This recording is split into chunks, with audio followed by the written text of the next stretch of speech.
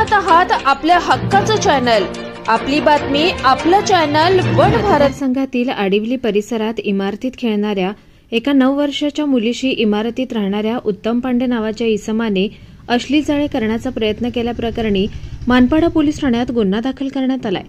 या प्रकरणी बोलताना आमदार राजेश मोरे यांनी या प्रकरणाची सखोल चौकशी करून दोषींवर कठोर कारवाई करण्याच्या सूचना पोलिसांना दिल्यात. आडिवली परिसरात एका इमारतीत रात्रीच्या सुमारास खेळत असलेल्या 9 वर्षांच्या मुलीला घरात तोडून घेत तिच्याशी लगट करणाऱ्या पांडे याला जाब विचारण्यासाठी गेलेल्या या चिमुरडीच्या आई वडील आणि आजीला पांडे दाम्पत्याने शिवीगाळ धक्काबुक्की केल्याचा प्रकार शनिवारी रात्रीच्या सुमारास घडला होता. या प्रकरणी मानपाडा पोलीस ठाण्यात गुन्हा दाखल करण्यात आला असून या प्रकरणाची सखोल चौकशी करून दोषींवर कठोर कारवाई करण्याची मागणी आमदार मोरे यांनी केली आहे. याबाबतच्या सूचना मानपाडा पोलिसांना दिल्याचं त्यांनी सांगितलं.